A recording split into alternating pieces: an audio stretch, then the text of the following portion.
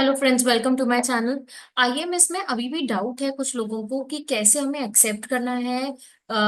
Accept करने के बाद क्या हम फिर से अपना एक्शन चेंज कर सकते हैं? रिकम्प्यूट कैसे करना है? टू बी में ऑटो पॉपुलेट कैसे होगा? तो इन सब के लिए मैंने प्रैक्टिकल ये वीडियो बना रही हूँ कि आप आईएमएस में कैसे एक्सेप्ट करेंगे और उसको अपने एक्शन को आपको चेंज करना है तो आप कैसे चेंज कर सकते हैं। तो सबसे पहले आपको लॉग इन करना है, देन उसके बाद रिटर्न सर्विसेज, देन रिटर्न में इनवॉइस मैनेजमेंट सिस्टम डैशबोर्ड आपको मिल जाएगा।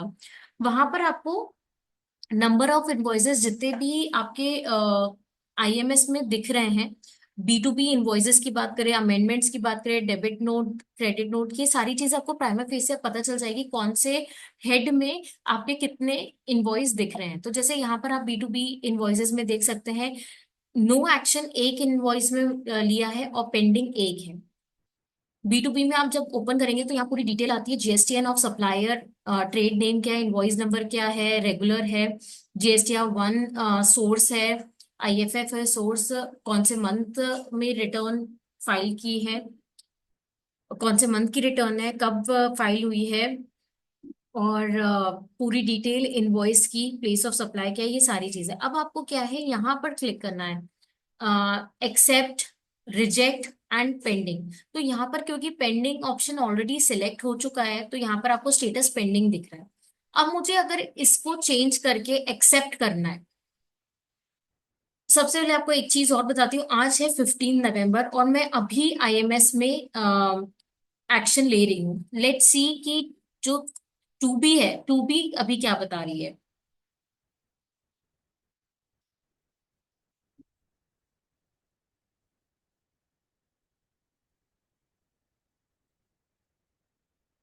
टू बी में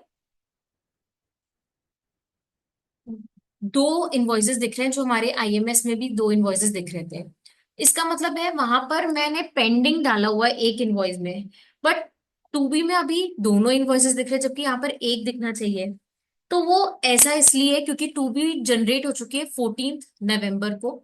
उससे पहले अगर मैं आईएमएस में एक्शन लेती तो टू बी अकॉर्डिंगली जनरेट होती। अब टू बी में तो दो इनवॉइस दिख रहे हैं जबकि आईएमएस में मैंने एक्शन लिया है, एक इनवॉइस पेंडिंग रखा और एक इनवॉइस को ही मैं एक्सेप्ट करके लेकर आऊंगी 3B में। तो उसको कैसे अपन चेंज कर सकते हैं? जब अगर आप 14 नवंबर के बाद आईएमएस में कोई एक्शन ले रहे हैं तो आपको 2B कैसे अकॉर्डिंगली चेंज करनी है? उसके लिए आपको क्या करना है, again invoice management system dashboard में जाना है, इनवर्ट सप्लाई व्यू में क्लिक करना है, बी टू बी इनवॉइसेस पे जाना है। जब भी आप कोई एक्शन लेंगे यहाँ पर, कुछ भी एक्सेप्ट, रिजेक्ट, पेंडिंग, कुछ भी लेंगे, जैसे मैं यहाँ पर ये पेंडिंग इनवॉइस को अगेन एक्सेप्ट कर रही हूँ, तो आप कोई भी एक्शन लेंगे तो आपको सेव करना है। जैसे ही मैंने सेव करा, पेंडिंग से मैंने एक्सेप्ट पे डाला,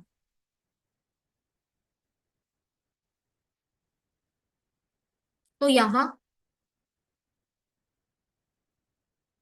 जो स्टेटस है वो चेंज हो गया। दैट मीन्स जो भी आप एक्शन ले रहे हो वो आप चेंज कर सकते हो। कैसे? दोबारा क्लिक करके और सेव करके।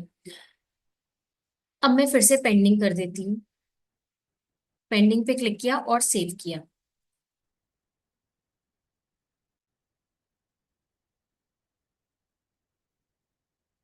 तो ऐसे आपका स्टेटस पेंडिंग में आ गया गया है।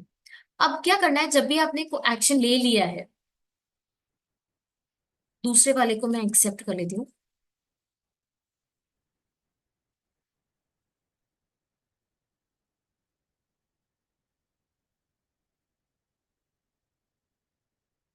अब यहाँ देख सकते हैं दो इनवॉइसेस है, एक को मैंने एक्सेप्ट किया और एक को मैंने पेंडिंग में रखा है। अब क्या करना है आपको, यहाँ आप जब स्क्रॉल डाउन करेंगे तो कंप्यूट जीएसटी 2B अक्टूबर ये लिखा है, तो आपको यहाँ पर क्लिक करना है।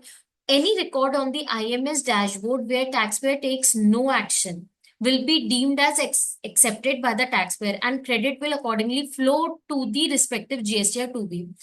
तो आपको ये ध्यान रखना है कि जितने भी आपके इनवॉइसेस यहाँ दिख रहे हैं सब में कोई ना कोई आपने एक्शन ले लिया है। नहीं लेंगे तो वो ऑटोमेटिकली एक्सेप्ट करके 2B में रिफ्लेक्ट कर देगा। जैसे कि अभी इससे पहले भी हमने देखा, मैंने कोई भी एक्शन नहीं लिया था तब भी 2B में दिख रहा था। अब मैंने एक्शन ले लिया है, चूंकि कि दो में से सिर्फ एक ही को मैं एक्सेप्ट करूंगी और एक को मैं रिजेक्ट एक को मैंने पेंडिंग में रखा है। अब टू बी मैं कंप्यूट करूंगी और टू बी में सिर्फ एक ही इनवॉइस दिखना चाहिए, तो ऐसे मैंने अग्री करा है। और अब हम फिर से टू बी देखेंगे।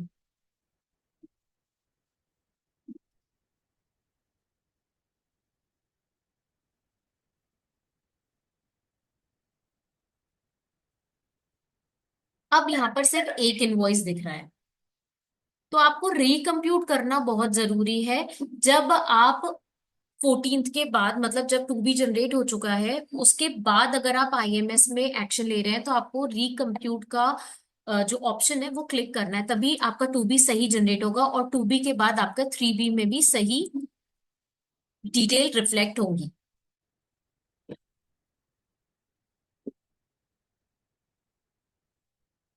अब हम थ्री बी देख लेते हैं।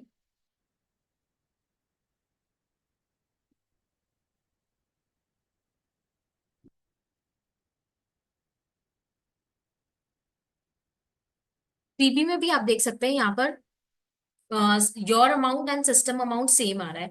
अब क्या है, काफी लोगों को ये भी डाउट हो रहा है कि हम आईएमएस में तो चेंज कर नहीं पा रहे हैं, तो थ्री बी में चेंज कर ले, क्योंकि एडवाइजरी में यही लिखा है कि अगर आप एक्शन नहीं ले पा रहे हैं तो आपको सही आईटीसी थ्री बी में तो डालना है। तो यहाँ पर क्या है, आप खुद से भी डाल सकते, जैसे मेरा 1500 है तो मैं 1500 यहाँ पर डाल के एक्सेप्ट कर सकती हूँ। हाँ, रेड सिग्नल आएगा, बट आपके पास जेन्युइन रीजन होना चाहिए कि करेक्ट आईटीसी क्या है।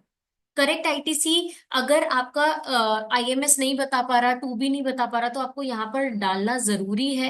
आप अपने आप यहाँ पर एडिट कर सकते हैं ऑप्शन और सेव कर सकते हैं। आपके पास कैलकुलेशन होना चाहिए करेक्ट कि क्यों हमने यहाँ पर एडिट किया है, सिस्टम कंप्यूटेड क्यों नहीं एक्सेप्ट कर रहे हैं। तो एवरीथिंग इज पॉसिबल, जैसे एडवाइजरी आई है वो आपको वैसे ही करना है। एडवाइजरी में भी लिखा है कि अगर आप सही नहीं कर पा रहे हैं आईएमएस में, सबसे पहले आपको आईएमएस में सही करना है, रिकम्प्यूट करना है टू बी, उसके बाद आपको थ्री बी फाइल करना है। बट अगर आप दोनों जगह नहीं कर पा रहे हैं तो फिर आप यहाँ पर एडिट कर सकते हैं, क्योंकि ऐसे भी कंडीशंस आ रही है कि कुछ इनवॉइसेस आईएमएस में आ ही नहीं रहे हैं, एक्स्ट्रा इनवॉइस आ रहे हैं, तो वो एक्स्ट्रा को तो अपन रिजेक्ट कर सकते हैं, बट जो चीज आ ही नहीं रही है उसको एक्शन में कैसे ले। आईएमएस में नहीं आ रही तो टू बी में भी नहीं आ रही, टू बी में नहीं आ रही तो हम थ्री बी में भी नहीं ले पाएंगे, बट हमारे पास इनवॉइस है, सब कुछ है, सप्लायर ने नहीं बताया तो हम नहीं ले पा रहे हैं, तो आप एडिट कर सकते हैं। तो this is how you can edit, recompute to be and everything practical. ये अप्रोच मैंने आपको बताया है आईएमएस में आप कैसे वर्क कर सकते हैं। तो होप दिस वीडियो हेल्प्स। तो please like my video and subscribe my channel. Thank